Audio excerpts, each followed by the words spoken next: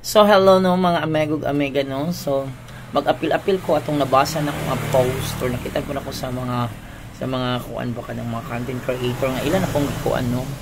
Ilan na pong gitaghatag sa mga comments regarding on the katong nag-viral nga post sa usa ka babae no nga sa Facebook nga gitagaan siya $299 worth sa engagement ring the order dito sa Shopee.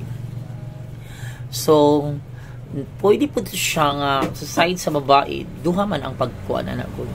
Ang duha lang ana is okay or not okay sa side sa babae.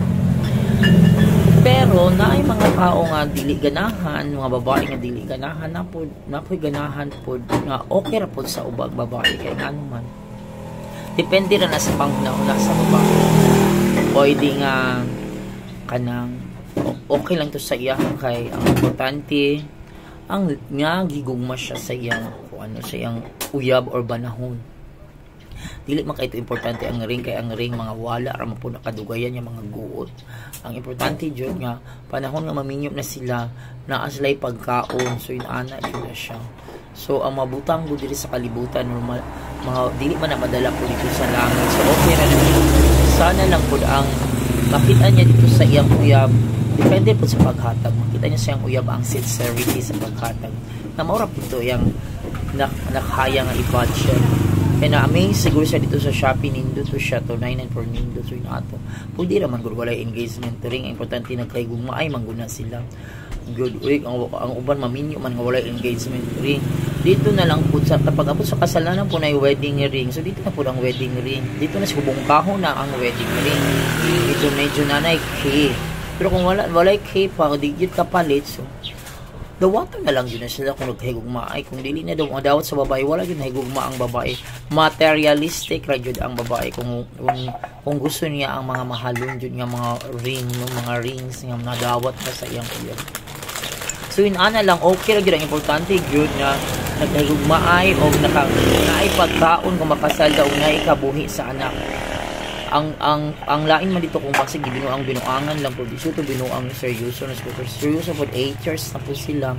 So yun lang din siya pagsulay to murag pagsulay to sa side po sa babae nga pinud-anay bagid siya nahigugma aside from the fact nga baratuhon lang yung engagement ring. So inana so sa ubang babae nindot yung kay mahalo ng engagement so kay proud kay sila pero magbulag man gihapon ng mga mahal kayo mga dayon-dayamon magbulag yapon na oy Ginoo ko.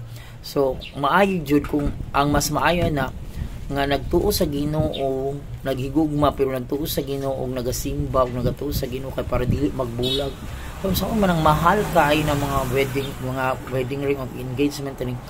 Onya nagbulag kay walay love o walay pagtuo sa Ginoo, walay pagsama.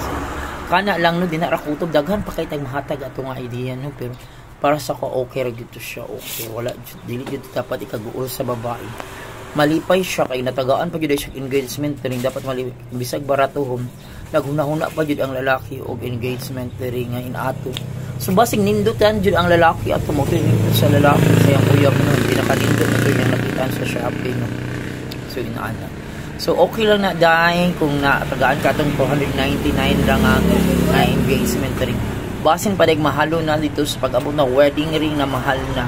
O diba? Sige, congrats sa inyo daan kung nagkaigugmaay mo. God bless!